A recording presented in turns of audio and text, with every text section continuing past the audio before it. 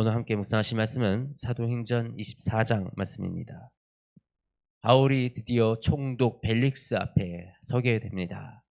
천부장 앞에서 바울이 로마 시민권자인 것을 알게 된 그 천부장은 자신이 바울을 재판하는 것을 부담스러워하여 총독 벨릭스에게 보냅니다. 또 성난 군중들이 바울을 해하고자 하니 내가 데리고 있다가 이 바울이 신상이 문제라도 생기면 큰일 날 수도 있겠다, 이런 마음이 들어서 이 바울을 총독 벨릭스에게 보냅니다. 총독 벨릭스는 유대인들의 이 고발을 통해서 바울을 재판하기 시작합니다. 그래서 바울은 스스로를 변명합니다. 도대체 내가 여기 온 지 14일밖에 되지 않았는데 그동안에 내가 하는 말들을 여러분들이 다 들었고,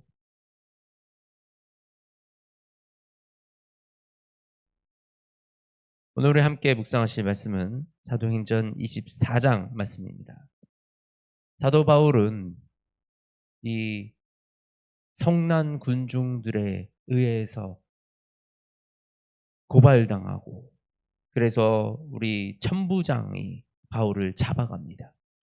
근데 바울이 로마 시민권자인 사실을 안 천부장은 자신이 재판하는 것도, 또 자신이 데리고 있다가 이 성난 군중들에 의해서 바울이 해를 당하면 자신의 입장이 난처해질 것 같은 이런 불안감 때문에 바울을 얼른 벨릭스 총독에게 보내버립니다.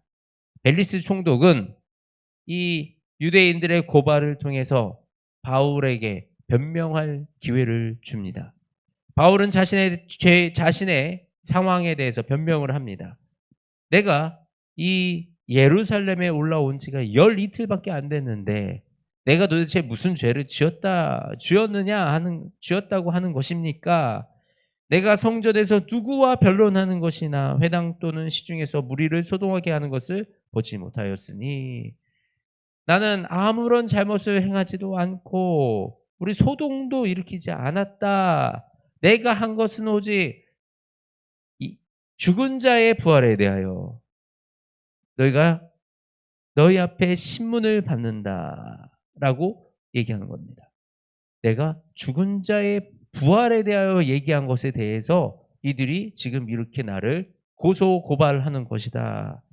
지금 여러 가지 이슈가 있었어요. 바울을 그 율법을 지키지, 율법을 경시했다라는 주장이 있었고, 또 하나는 이 이방인들을 회당에 들였다. 그래서 성전 안에 이방인들을 들여서 이 거룩하지 못한 행동을 했다라는 그런 시비와, 그리고 부활에 대해서, 죽은 자의 부활에 대해서.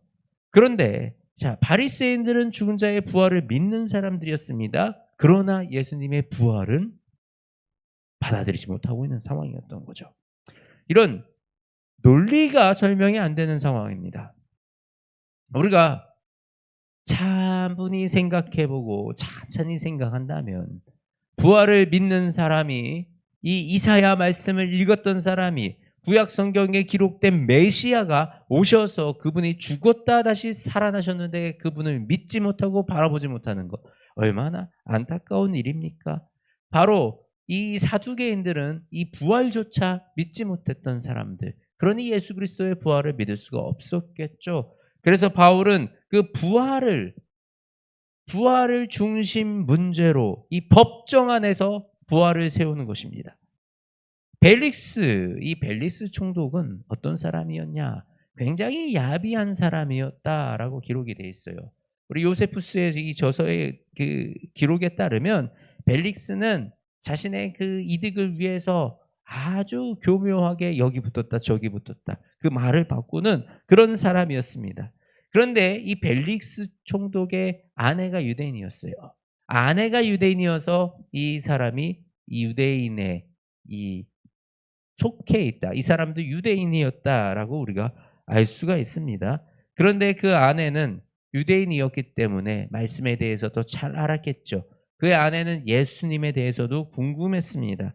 그래서 바울에게 와서 예수님에 대해서 더 우리 알려줘라 라고 했는데, 바울이 그곳에서 예수님에 대해서와 다시 예수님이 오실 예수님과 또 그 예수님이 우리가 장차 겪어낼 부활과 심판에 대해서 바울이 강론을 합니다. 근데 또 이 심판, 이 마지막에 또 얘기를 들으니 벨릭스는 살짝 불편하고 두려운 마음도 들었어요. 그런데 이 벨릭스는 또 어떤 마음이 있었느냐? 이 바울을 따르는 추종자가 많잖아요. 우리 보면 추종자가 많은 이단들 이런 데 보면 얼마나 돈이 많습니까? 바울도 돈이 좀 있지 않을까? 내가 좀 이렇게 잘해 주면 바울이 나에게 좀 돈을 주지 않을까라는 그 기대함이 있었다. 그래서 자꾸 바울을 불러냈다라는 것입니다. 우리가 인생을 살면요, 이런 사람들이 꼭 만납니다. 우리 벨리스 총독처럼 우리에게 뭔가 내가 좀 해주면 더 잘해줄게. 내가 그 상황을 넘겨줄게. 뭐 이런 유혹들. 우리 나한테 좀 이렇게 해주면 내가 그 회사 물건을 받아줄게. 이런 유혹들. 그런데요, 참 이런 사람들을 대하는 우리 이 마음이 흔들리지 않았으면 좋겠습니다.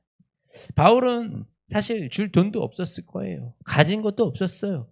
그런데 어쨌든 이런 벨릭스의 얕은 수술에 이렇게 넘어가는 그런 상황도 그런 심성도 바울은 아니었습니다. 만일에 이때 바울이 풀려났더라면 어떤 일이 벌어졌을까요? 그것이 하나님의 뜻이었을까요? 그것이 하나님의 영광이었을까요? 지금 밖에는 바울을 보기만 하면 죽이려고 그러는 사람들이 막 무리져 있어요. 그 바울이 죽기까지 밥도 안 먹겠다는 사람들이 있어요. 그런데 그들 앞에 섰을 때 바울이 과연 살아남을 수 있었을 것인가? 그러나 오히려 이 벨리스는 이 바울을 풀어주지 않았어요. 왜? 유대인의 마음을 얻고자. 유대인의 마음을 얻고자 바울을 계속 붙잡아 둡니다. 이 사건은 바울의 입장에서 그 당시의 상황에서 보면 총독 잘못 만나가지고 돈이나 밝히고 우리를 힘들게 하고 이런 상황으로 여겨질 수 있지만 사실 이 사건은 하나님이 바울을 지켜내신 사건입니다. 바울을 더 풀어주지 않고 구류하여 감옥 안에서 바울을 지켜주신 사건이에요. 우리가 지금 처한 이 상황이 나에게 주어진 이 상황이 참 이해할 수 없고 너무 억울한 상황일 수 있습니다. 그러나 하나님은 그 상황 가운데 더 크신 일을 계획하고 계시고 그 상황을 통해서 더 어려움에 처한 나를 구해 주시고 위기에서 구해 주시고 보호해 주고 계시다는 그 사실을 우리가 눈을 떠서 바라보기 원합니다. 하나님은 반드시 우리를 구원하기 원하시고 또 나아가 우리를 통하여 하나님의 일을 행하여 나아가길 원하십니다. 이 땅 끝까지 우리가 복음 전하는 그 사명을 감당하여 나아가기를 원하신다라는 것입니다.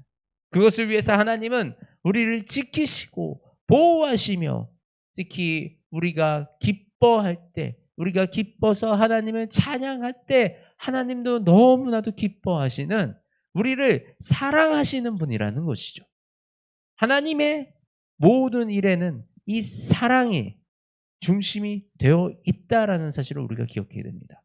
그래서 지금 내가 처한 이 상황도 내가 지금 겪고 있는 이 억울한 일도 이 아픔도 하나님이 하나님의 나라를 위하여 또 나를 위하여 우리 가족을 위하여 더 좋은 우리의 영적 구원을 위하여 하나님이 이것을 사용하고 계신다. 이 사실을 기억하기 원합니다. 그래서 그 하나님을 의지하고 하나님을 신뢰하며 나의 이 상황조차 나의 이 비참한조차 사용하시는 그 하나님이 반드시 더 풍성하고 더 놀라운 하나님의 은혜로 우리를 이끌어 주실 줄 믿습니다. 하나님, 우리 인생을 살아가다 보면요, 우리 이 벨릭스 총독같이럼 야비하고 때로는 자기 이익만 생각하는 이런 사람들을 만납니다. 그런데 하나님, 우리가 이런 사람들로 인해서 흔들리거나 상처받지 아니하게 하여 주시옵소서. 우리는 담대하게 주님을 바라보기로 결단합니다. 주님만 의지하여 나아가기를 결단합니다. 내가 감옥에 있더라도, 내가 처한 상황이 억울하더라도, 내가 당하는 이 고통과 고난이 왜 나에게 주어져야 하는지 이해하지 못하더라도 이 상황 속에 더 좋은 계획을 세우고 계시는 하나님을 신뢰합니다. 하나님은 우리와 함께 하시며 하나님은 우리에게 그 말씀을 더하여 주시니 우리가 온전히 하나님만 의지하여 이 세상 살아가게 하여 주시옵소서. 하나님만 의지해서 내가 담대하게 흔들리지 않는 자로 살아가게 하여 주시옵소서. 이 말씀이 나의 인생의 가치와 중심이 되어 내 주변의 상황에 흔들리는 것이 아니라 내가 어떤 상황에 처해 있든지 어떤 위기가 나에 다가오든지 내가 곧게 주님만 바라보는 그 한 사람 되게 하여 주시옵소서. 주님, 오늘도 주님을 의지하여 살아가기 원합니다. 오늘 하루 우리에게 주의 은혜를 더하여 주시옵소서. 사랑이 많으신 우리 주 예수님의 이름으로 기도드립니다. 아멘.